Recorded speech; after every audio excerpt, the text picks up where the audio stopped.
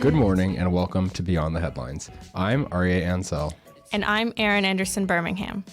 Beyond the Headlines is a weekly current affairs show that aims to make public policy discussions more accessible to you. We take you beyond the headlines of our daily news, bringing you access to current leaders through in-depth interviews. You can join us in the conversation throughout the year by tweeting at beyond_headlines. That's BYOND_headlines. It has been nearly a year and a half since recreational cannabis was legalized in Canada in October 2018. The government said that legalization was primarily intended to keep cannabis out of the hands of youth and to fight back against organized crime. Today on Beyond the Headlines, we look back at cannabis legalization. Can we look at this effort as a success? How have the different provinces decided to set up their systems? We will be joined by Senator Tony Dean and Professor Michael J Armstrong from Brock University to discuss how legalization has unfolded and what still needs to be done to improve the system. Tony Dean was appointed to the Senate of Canada as an independent senator in November 2016. He was formerly a professor at the Graduate School of Public Policy and Governance at the University of Toronto and is now a distinguished senior fellow at the Munk School of Global Affairs and Public Policy. Dean has advised governments in Canada and internationally on public administration and public service reform and has chaired several expert panels at the federal and provincial levels. From 2002 to 2008, he was head of Ontario's Provincial Public Service, where he was responsible for a workforce of 63,000 public servants. Dean has written on public sector reform and leadership in the public sector. His book, Building Better Public Services, was published in 2015. He's a member of the Order of Ontario. In 2017 to 2018, Dean sponsored Bill C-45, the Cannabis Legalization Bill in the Senate of Canada. He has also sponsored bills on Canada pension plan reform and expedited pardons for simple possession of cannabis. Senator Dean joined me in studio on February 11th. So thank you so much, Senator, for joining us in studio. Really excited to have you on the show. Thank you. I wanted to start off with the general theme of the process of getting cannabis legalized. You came into our class last year, and I found it really interesting when you were talking about how the info sharing was going on within the Senate. Yes. Well, let's start there, and then perhaps we can step back and talk a little bit about what happened before that. But the legislation, first of all, came to the Senate. I think it came quite unexpectedly to Parliament. It was a platform commitment. I'm not sure anybody thought the government would actually proceed with it. But it came at an interesting time, a time when a number of newly appointed independent senators who were not part of a political caucus had been appointed to the Senate. I was one of them. And I was struck by the deeply partisan nature of the Senate, where traditionally you were either really for or really against a piece of government legislation, almost depending on whose turn it was at power. And I think that's very much the way that it was seen. I came into the job, obviously, with a public service and public administration background. I am not a partisan background, and it seemed to me that taking an information or evidence-based approach to a complex piece of public policy that, as we know, touches on health, it touches on social justice, and indeed a large illegal piece of Canada's economy. That was not certainly considered the norm by some of the people who had been there for a while. And one of the first things that we did was to distribute information way in advance of the legislation leaving the House of Commons and coming over to the Senate. We knew what the government was trying to achieve. We could see the trajectory of the discussions in the House of Commons. We knew what the early lightning rod issues were and were likely to maintain. And we thought, given the scope of the legislation and its complexity, important to start talking about it sooner or later. There was not a friendly reaction to that. There was a reaction of, at least from a number of my colleagues, we don't do things that way around here. We wait until the legislation arrives, so we're not going to read any of this stuff. And I said, well, that's okay. I'm just going to keep on sending it. We also shared the information. I was the sponsor of the bill, and people in my office supported me. As we developed our own research base that built on Anne McClellan's very fine research report, we shared our data. We didn't keep it to ourselves so that we could surprise people with it at a certain point. That was unusual as well. And we were pretty clear as we understood where the hard, tough issues would be in debating the proposed legislation, that rather than trying to talk about the easy stuff, that in fact we'd focus on the issues that we knew were lightning rods, to confront them, to unpack them, to understand them. And slowly but surely that was an approach that started to get traction, made sense to a lot of the newly appointed senators and some of the people who'd been there for some time. And I think resulted in some fairly rich debates on an important piece of legislation, but also to some changes in the way the Senate organises its business, not permanent ones, but for example, in the debate on medical assistance in dying, which was one of the things that attracted me to the Senate, the Senate departed from its normal way of doing business, which is everything is on the order paper every day, and it's hard to figure out how much time is being spent on what piece of legislation or what initiative, and to in fact program our debates around C45, the cannabis legislation, in a way that was known in advance so that senators could prepare for it, and that a very interested public and stakeholder community could prepare for it and listen in and engage in that discussion in ways that were possible to them. So the how we did it part in the Senate, I think, was very important. And I can tell you from the perspective of my own group, in which the independent senators group, there was a minority of independent senators at the outset of that process who were very nervous about that legislation. They were unsure about how they would, if they voted in favour of it, how would they go back to Nova Scotia or PEI or BC and explain to their families and their neighbours that they'd voted in favour of legalising cannabis. And so my own group was as important an audience for this as the political opponents of it, if you like, in the formal opposition in the Senate. So a lot of these things were quite new, but I think that we demonstrated that it was possible to take something other than an all or nothing approach, all being this is government legislation, we think it's right, we're going to defend it to the last period and comma, or we're going to oppose it from the outset because it's a piece of government legislation. So that was a really interesting learning experience, and I've seen others follow us now and take a similar approach to particularly complex pieces of legislation. And you said you wanted to step back and look at just generally how we got here to getting legalized as yes. Well, first of all, Canada has a long history with considering, discussing, analysing, researching the legalisation of cannabis. It goes back to 1972 to the Ledane Commission. In 2002, a former Conservative Speaker in the Senate launched an inquiry into the legalisation of cannabis. A staunch Conservative who launched that inquiry feeling quite uncomfortable about the legalisation of cannabis, and in the course of a lengthy inquiry changed his mind, Claude Nolan, recommending at the end of that research process that the legalisation of cannabis would in fact be better for the health, particularly of young Canadians, than its continued prohibition. We came close to legalising at that point, but didn't. Prime Minister Trudeau brought this back. I think it was a brave move.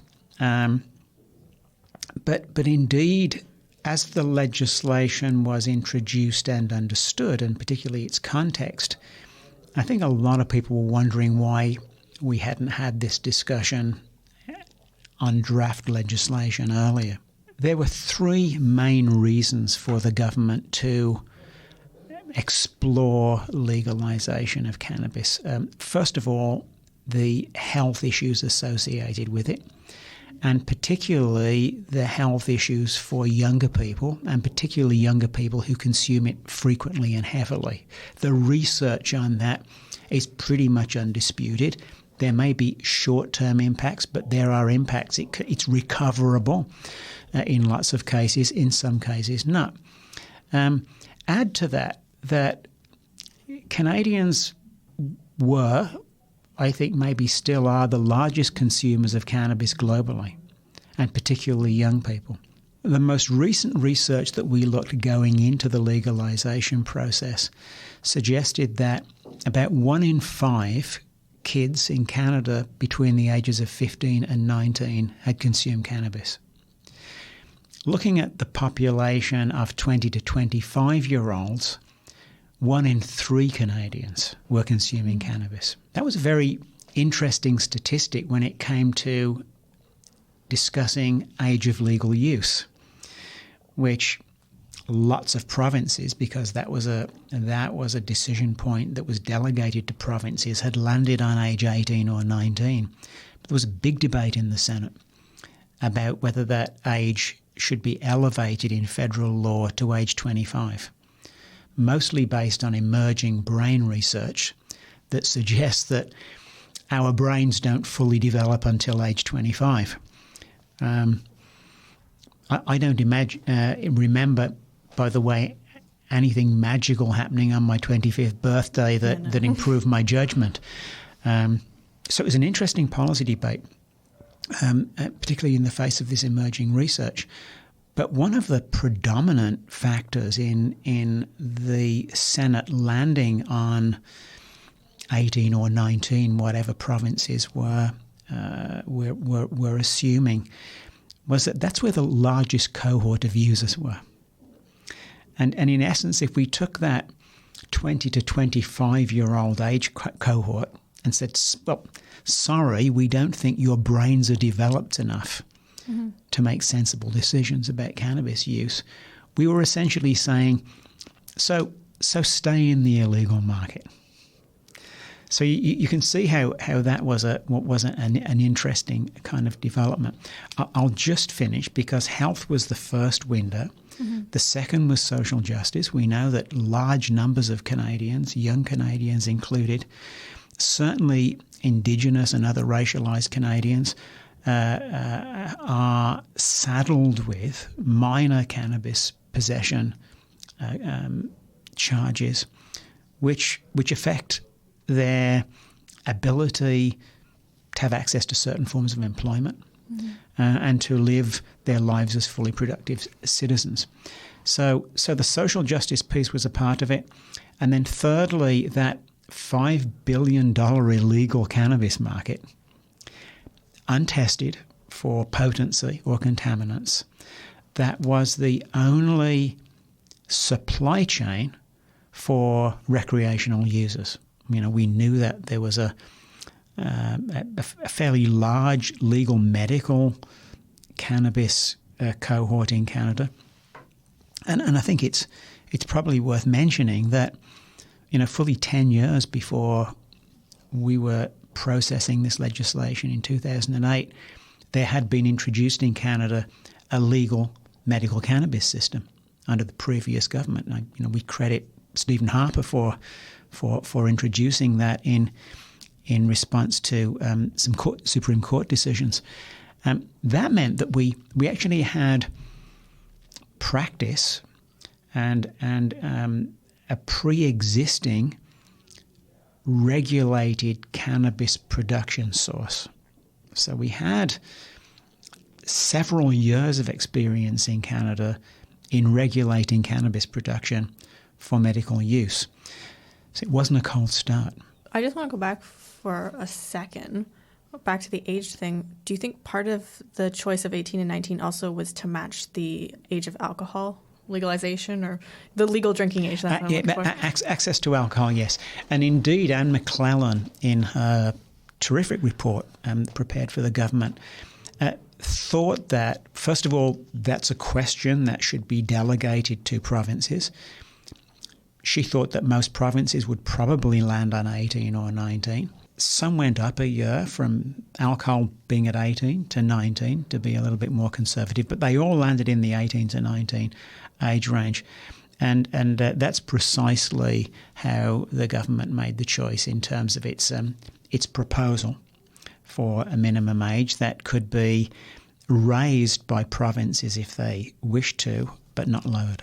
You've been talking a lot about the science at the Senate, and I'm just interested to know, was the government issuing a lot of different studies and reports, or were you looking more out to academia and like the private sectors?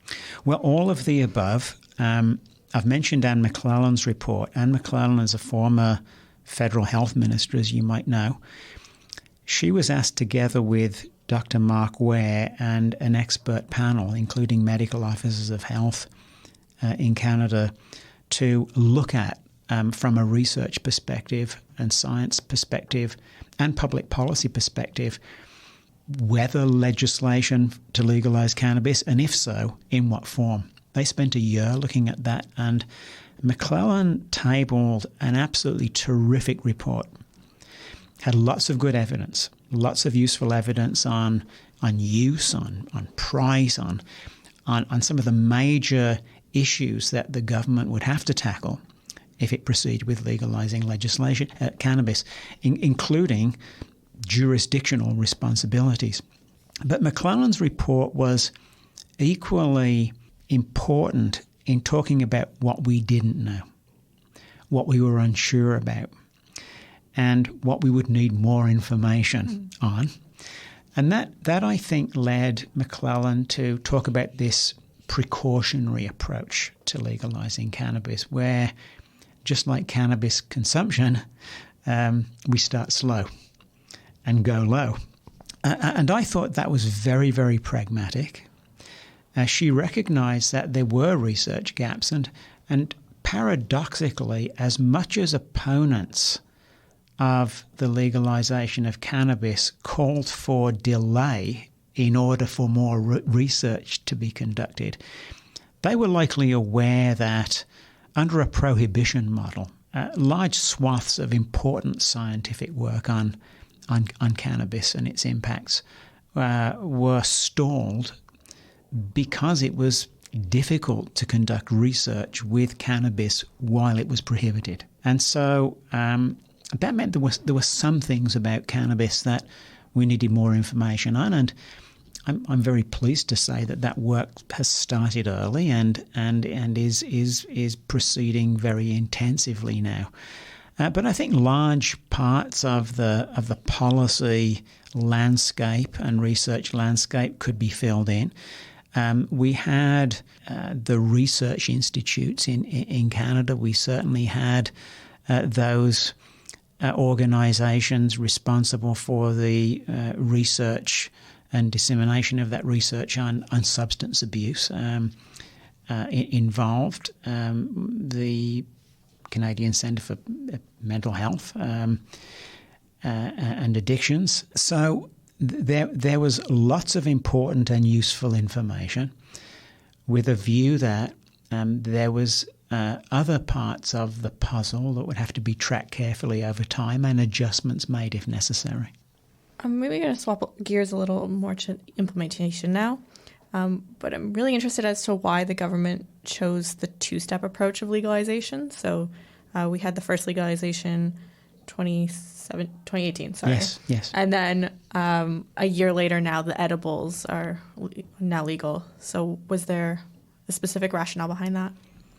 Well, I've touched on Anne McClellan's approach to going slow. Yep. And seeing how it goes.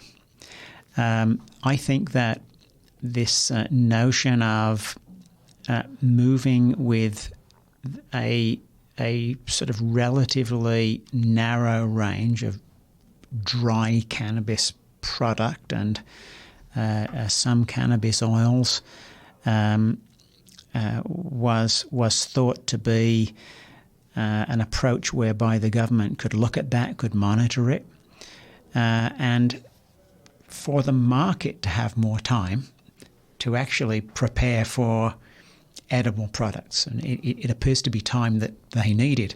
Mm-hmm. We discovered that even in some cases with the supply of dried cannabis product, that in some places for some periods there were supply issues in the early days. But I think through probably an abundance of precaution, let's see how the rollout of a limited supply of cannabis goes. Let's continue to think about how we might regulate edibles and move that in as a second phase. Not a terribly long delay, really, but we saw the introduction of edibles and some concentrates in January. I think obviously if we're to put a dent in the illegal market, one needs to provide the availability of the same range of products that are found in that illegal market, and edibles constitutes, I think, a sizable chunk of the illegal market. So important to do that, and probably for concentrates too. So it's a phased approach. In retrospect, given some early production and distribution issues, it looks like it was a good decision. It certainly gave producers more time to prepare. It gave the government more time to think about the regulation of edibles, which is slightly different from the regulation of dry cannabis and oil. And time passes quickly, doesn't it? It seemed like a long delay, I think, for some people when it was announced. But here we are, a relatively short time later, it seems to me. We have a broader range of legal products available. And, I mean, here's something else we have. Did you have any other questions before I move on? No, if you want to keep going. Here's something else we have. When I talked about gaps in information and data, one of the things that we learned from other jurisdictions as we went through this process, particularly those first US states that engaged with legalization, is it looked as though there wasn't a sufficient amount of time and effort spent in benchmarking pre-legalization practices and impacts. And part of that was that a couple of those early legalization incidents in the US were provoked by a citizen ballot. It was almost kind of, there was a ballot on the order paper. People voted for cannabis to be legalized, and in some of those states it was legal as of midnight that evening. Almost like an accident. Yes. And so I'm delighted to say, and I'm actually really proud of Canada in this respect, that in that year leading up to legalization, Stats Canada, the Parliamentary Budget Office, the Department of Health federally, and a number of universities started the process of trying to understand what the pre-legalization landscape looked like. Who was using? What were they using? How frequently were they using it? What were they paying for it? What did the negative impacts look like? In order that we could track in Canada the impact or change from prohibition to legalization. And, if you go to Stats Canada's Cannabis Hub, there is a remarkable amount of really interesting information about cannabis use in Canada. The numbers haven't gone up in terms of consumption. They bumped up a bit and dropped a bit down again. We have a really good sense of impact on the illegal market. I think we know that from, in the last year, for example, $1 billion in legal sales would suggest that about 20% or just a little bit more of the illegal market has been disrupted. Mm-hmm. In the first year, nobody imagined that the illegal market would be completely disrupted in a short period of time. That's a very significant start, and I think that will increase now as we see the introduction of a broader range of products, which obviously weren't captured in that first year. So I think Canada's institutions have done remarkably well from the perspective of capturing evidence. I'm going to add one more thing, and I think this is very striking, and you may have noticed this, but I did not expect the rapid degree of destigmatization that we've seen in the last year or so. People in book clubs are talking about cannabis, and particularly medical cannabis. People in Pilates classes are talking about it. People are talking to their neighbours about it. A lot of people are asking me about it, particularly people of my age cohort or older, for medical purposes. Parents are talking to their kids about it at home because they feel that they can. And indeed, kids, large numbers of kids in high school, perhaps early college years, who thought cannabis was cool because it was illegal and it made a statement about them, or perhaps that was the perception, may not think it's quite as cool anymore. So that's a remarkable thing. I would say that it's clear that opponents of cannabis who told us that we would see cannabis being consumed everywhere, that we would see rates of consumption by young people go through the roof, have clearly not materialised. The kids who were smoking pot on their way to the local high school as they walked past my house are still smoking pot. Same kids. The same kids. The same teacher who leaves the school about an hour after the last student leaves is still smoking his joint, walking up the street, passing my house in the evening. The same people in High Park, when I go for my run in the warmer weather, are still there doing the same thing. It has, to a large extent, I think, been a non-event. I was in Washington talking to US legislators about cannabis, and they asked what were the biggest issues that we'd experienced since legalization, and I mentioned a shortage of supply. Yep.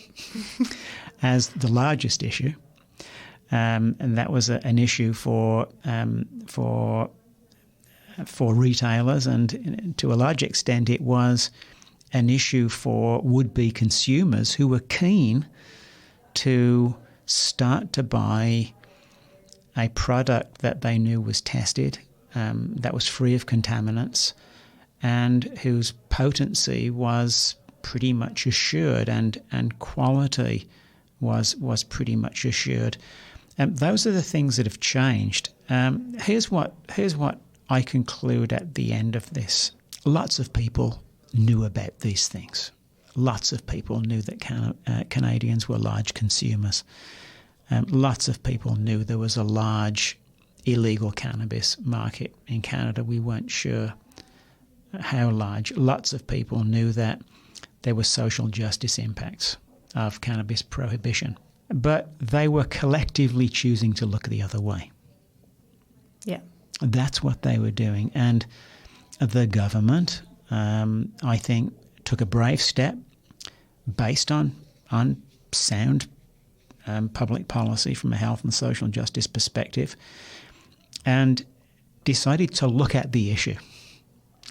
And as people like Anne McClellan looked at it, they thought and felt confident that they could devise an approach that was sound from a regulatory perspective, and we would be better for Canadians in terms of health and social justice outcomes than continuing to look the other way. And and for those reasons, I'm particularly proud at having had the opportunity, the privilege of playing some part in the process of legislation, of legalizing cannabis. I think we're going to end it there, but thank you so much for coming into the studio. We really appreciate it. You're welcome. Great to be here. Thank you. Once again, that was Senator Tony Dean. This week, we are looking back at cannabis legalization in Canada. Remember, you can join us in the conversation by tweeting at beyond_headlines. That's BYOND_headlines. Michael J Armstrong is an associate professor of operations research in the Goodman School of Business at Brock University in St. Catharines, Ontario. He frequently writes about Canada's cannabis legalization efforts, especially how government regulations interact with business practices to support or undermine policy goals. He joined me by phone on February 11th. Professor Armstrong, thanks for coming on the show today. Well, thank you for inviting me. So I just want to jump right into it and look back on some of the prominent headlines that have been in the news over the last year. So there have been a lot of headlines pointing to the supply shortage that the industry faced in the last year. So how did that happen, and are things back on track? How that happened was we are basically starting a new industry from scratch.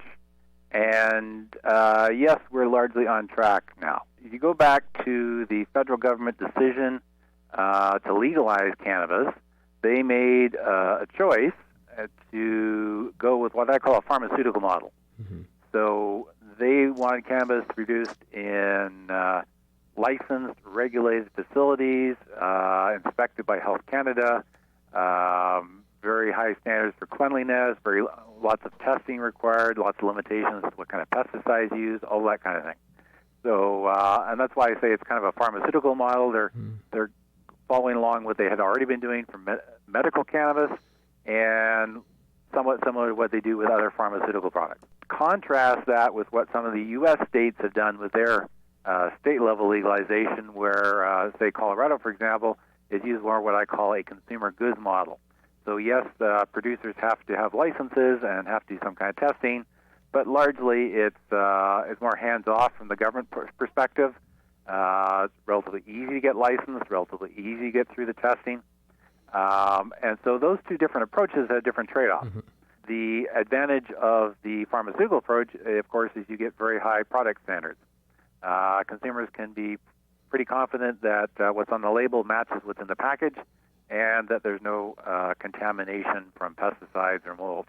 Whereas down in the United States, well, some of the producers who were black market and switched over to the legal side may not have been quite as let's say, fussy about quality control standards, what chemicals they used, and there are reports that some of them, although they make the mandatory tests, but they tend to shop around for companies that will give them the best test results, the best-looking test results, rather than necessarily the most accurate ones. Mm-hmm. So a little less quality control there. Downside, though, the Canadian approach, the pharmaceutical approach, is it means we have to start from scratch. Any black market producers in Canada would look at the Health Canada regulations and realize there's no way they would ever get a license for their existing grow ops. The shed out back or even a greenhouse would basically have to be rebuilt from scratch. So that meant industry had to gear up from almost zero, and that's why we saw product shortages in the early months. Right. And did those shortages have anything to do with like a underestimate of how much the demand would actually be, or you would say it was mostly due to the standards that were established? I think it mostly has to do with just the industry having to build up capacity. There are numbers from Statistics Canada, Health Canada, in terms of the amount of greenhouse space being built. Those suggest the industry was building at least enough, probably more capacity than needed in terms of growing capacity. So they didn't underestimate a demand, I don't think. What they did underestimate is how difficult it was to grow cannabis on large scale and to package, process that cannabis, and ship it out to recreational retailers. So keep in mind that up until legalization day, any existing producers were serving the medical market. So if they got an order, that was from one patient who was asking for maybe 30 grams of cannabis. So out would go a little package, probably via courier or parcel post. But after legalization day, an order on the recreational market means a provincial wholesaler wants a couple truckloads of cannabis. So completely different scale. Some investigative journalists uncovered reports of some greenhouses had big problems with mold or other kinds of pests. The numbers I've seen from Health Canada suggest that the producers struggled for the first 6 months or so in processing and getting that harvested cannabis turned into finished product and out the door. So maybe they focused a bit too much on fundraising of capital, selling shares, and not enough on getting their production and shipping capacity up to speed. Right. Okay, so let's focus on the Ontario Cannabis Store for a second. We know that the OCS lost about $42 million last year. So how is that even possible? What went wrong there? How is it possible? Well, about a third of that loss is actually directly attributable to the government's decision to switch from public sector to private sector retailing. So the OCS, rightly or wrongly, when they set up, was expecting they were going to have to supply 50 or more public sector stores, and they were going to do that from a warehouse. So they set up a warehouse distribution system to support that many stores, plus a website. But then the new Conservative government came into power, and they said, no, we're going to have private sector retailing.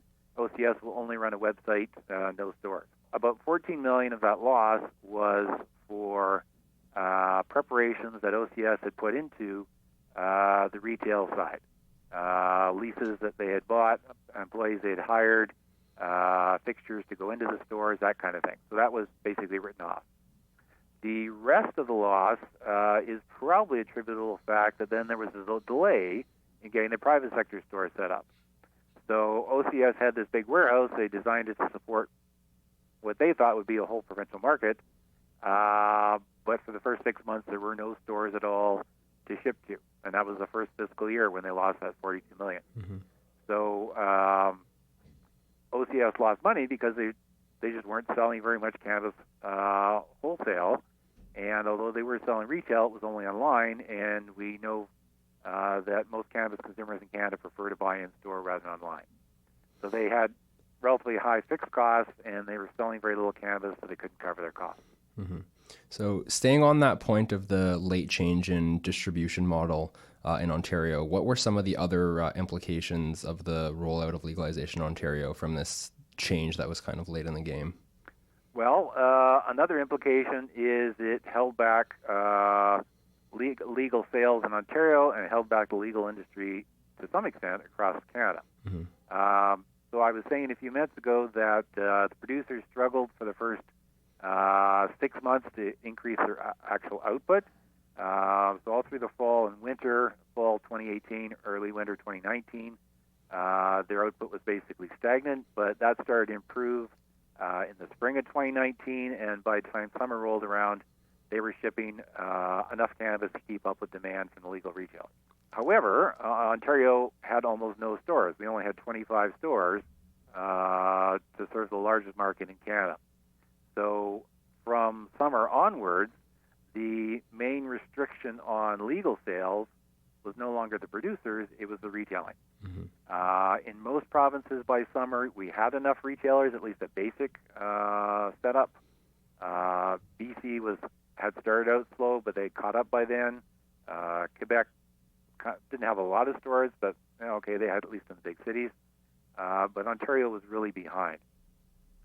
So since last summer, so last fall, now into winter, the main restriction on national level total sales has been how many retail stores do you have?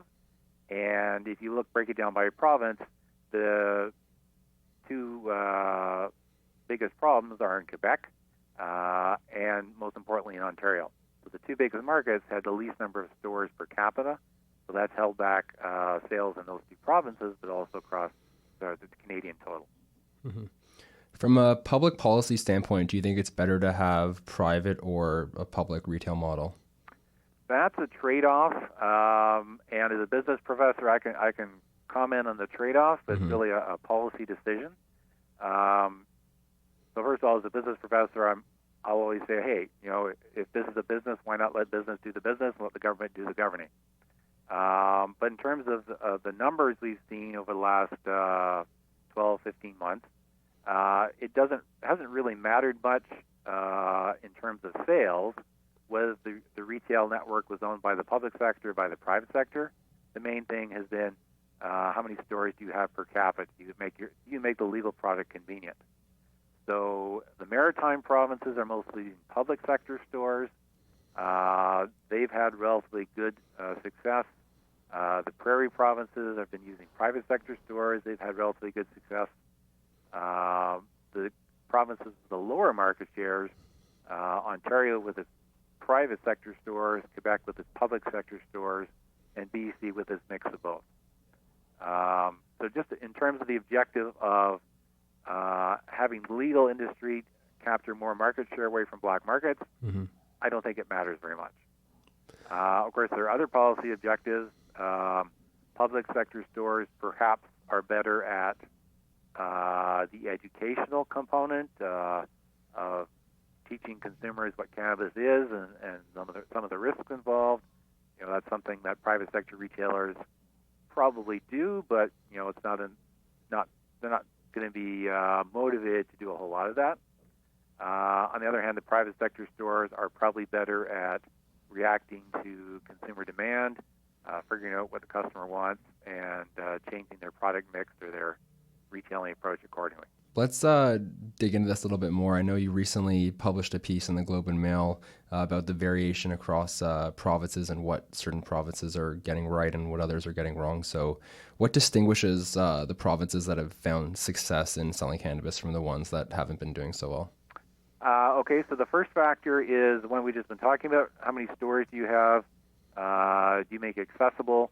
So the maritime provinces doing well, prairie provinces doing well. Of course, Alberta is by far in advance on that. They now have over 400 stores, serving a provincial population, I think it's just over 4 million. Making the product accessible to consumers is one of the first things we need to do, assuming we have the product. So we're kind of past the point where product shortages are a big deal. So having enough stores is a big factor. Next, we could talk about price. So there were lots of complaints during the first year about legal cannabis being overpriced. Stats Canada numbers are very vague, but they suggest the legal products are 50 to 100% more costly than the black market. That's actually wasn't a big problem in the first year because there were product shortages throughout most of the first year. So as long as you have a shortage, it doesn't really matter what price you charge. But now that we're past that shortage stage, getting prices down to where they're competitive with the black market is very important for getting consumers to switch. And that's something Quebec does much better than any other province in the country. From the very beginning, the Quebec Cannabis Agency has priced their products much lower. So back at the beginning of legalization, when most governments were talking about, hey, $10 a gram is kind of a target price, Quebec was already talking about $7 a gram. And they were the first province to get a product price just over $5 a gram last October. They had one producer bring in a product at, I'd have to look up the numbers. I believe it's $4.49 if you bought it in a large package, $4.49 per gram. So that's very important if you want to actually get the average cannabis consumer to switch over to legal industry, because they're probably willing to pay a slight premium for the privilege of a legal product, but they're not willing to pay 50 or 100% more. So Quebec has got the price most competitive with the black market. That's something other provinces need to follow. And A third ingredient is product quality. And this is something that producers have to work on. Again, during the first year, there were lots of complaints that, legal product was, it was okay, but it was too dry, or didn't have the flavor, aromas, or the potency that consumers want from the black market. So that's something the producers have to work on this year, again, to attract the average consumer. You want to offer a product that's at least as good as the black market. And with respect to the pricing differentials across the country, like why do you think they're so vast? Is it simply because certain provinces seek to make more revenue, or is there something deeper? I would say there's two main factors, at least that are at the retail level. Mm-hmm. One is, just as you mentioned, some provinces are deliberately trying to raise more revenue. So Quebec obviously has decided, their priority is to compete with the black market. Revenue is secondary. So they are marking up their product about 20, during the first 6 months, they were marking up the product only about 23%. So they were charging retail prices only 23% higher than what they were paying the producers. Now, for comparison, their liquor agency marks up alcohol about 100%. Mm-hmm. They charge retail prices about double what they pay the producers. Ontario's LCBO does something very similar. So if you look at other provinces other than Quebec, in New Brunswick, the markup was 54, 55%, something like that. The Ontario Cannabis Store markup was about 77%, and in Newfoundland it was 90-something%. So those are very much decisions by the provincial government or by their cannabis agency, what trade-off to make between pricing competitively versus raising revenue for provincial treasuries. The second factor that goes into price is the excise tax. So cannabis cannabis sales are charged GST, HST, provincial sales tax, depending where you're at, but there's also an excise tax. The excise tax varies a bit from province to province, but typically it's 10% of wholesale value, subject to a $1 a gram minimum. Now that $1 a gram minimum is important because if you're selling a premium product at $20 a gram, 10% of that is $2. You're selling at $10 a gram, then 10% or $1 works out the same. So if you're trying to sell a discount or value price product to compete with the black market closer to $5 a gram, that $1 minimum now is representing 20% of the price. So looking at that product I mentioned, the $4.49 one, 35% of that is tax. You could sell the same product if you got rid of the $1 minimum. The price would drop to about $3.39. So that's something else that's within the control of the government. And I think if the federal and provincial governments are serious about competing with black markets, that's something they should revise this year, is get rid of that $1 minimum.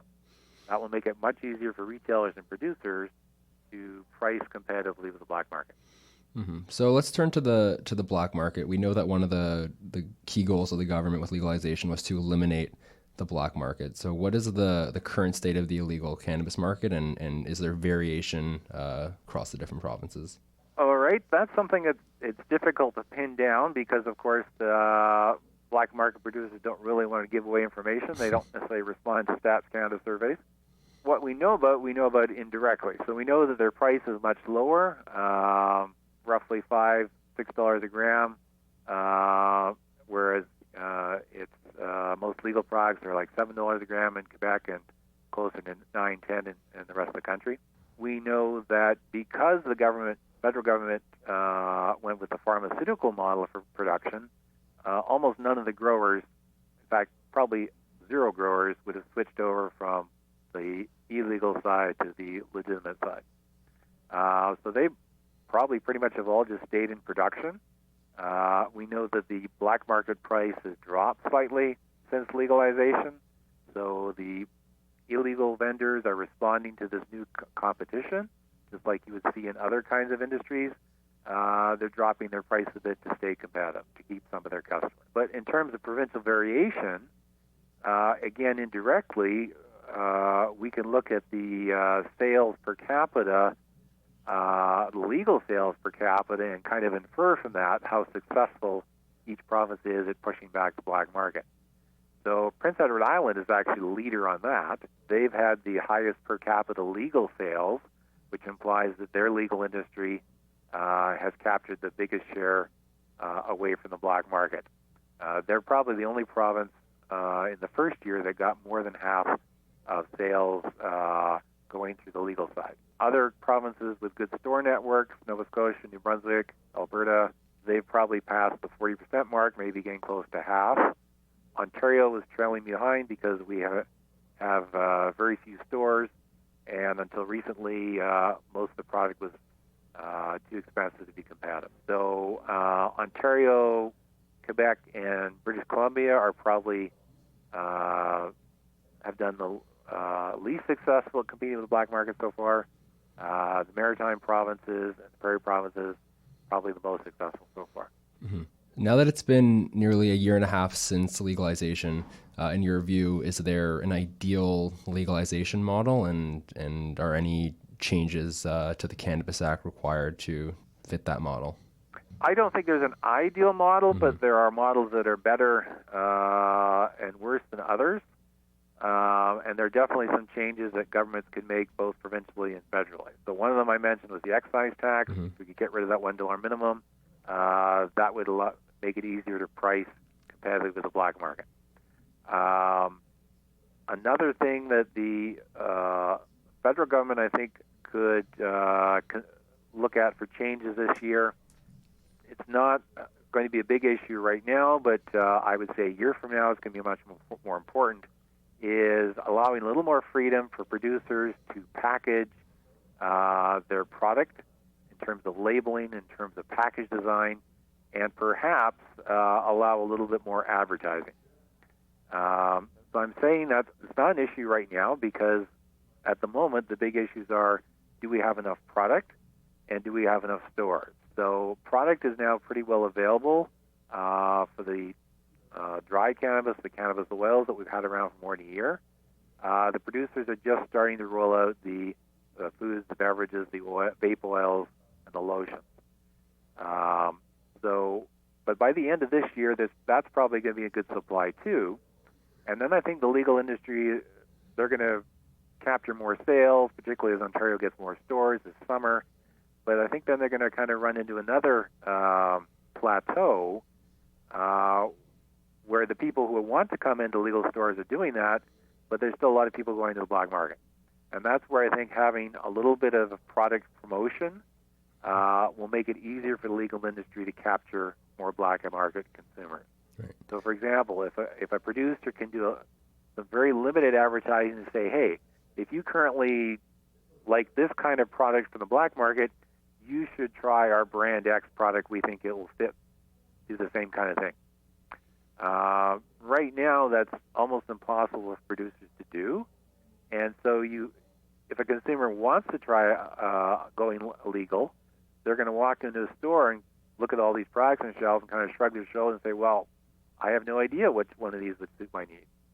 So they have to kind of rely on the store staff to make recommendations.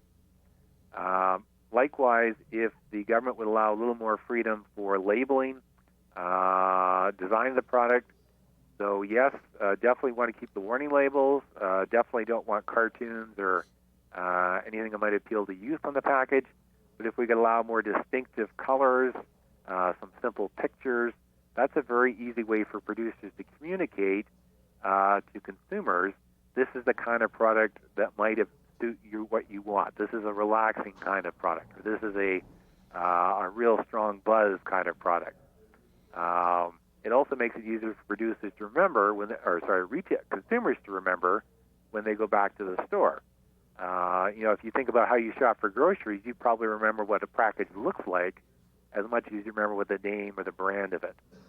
So I think that's something that the federal government should revisit sometime this year, is what can they realistically relax in the packaging and advertising rules without trying to promote the product to non-consumers, but make it easier to reach the current consumers who've been sticking with the black market.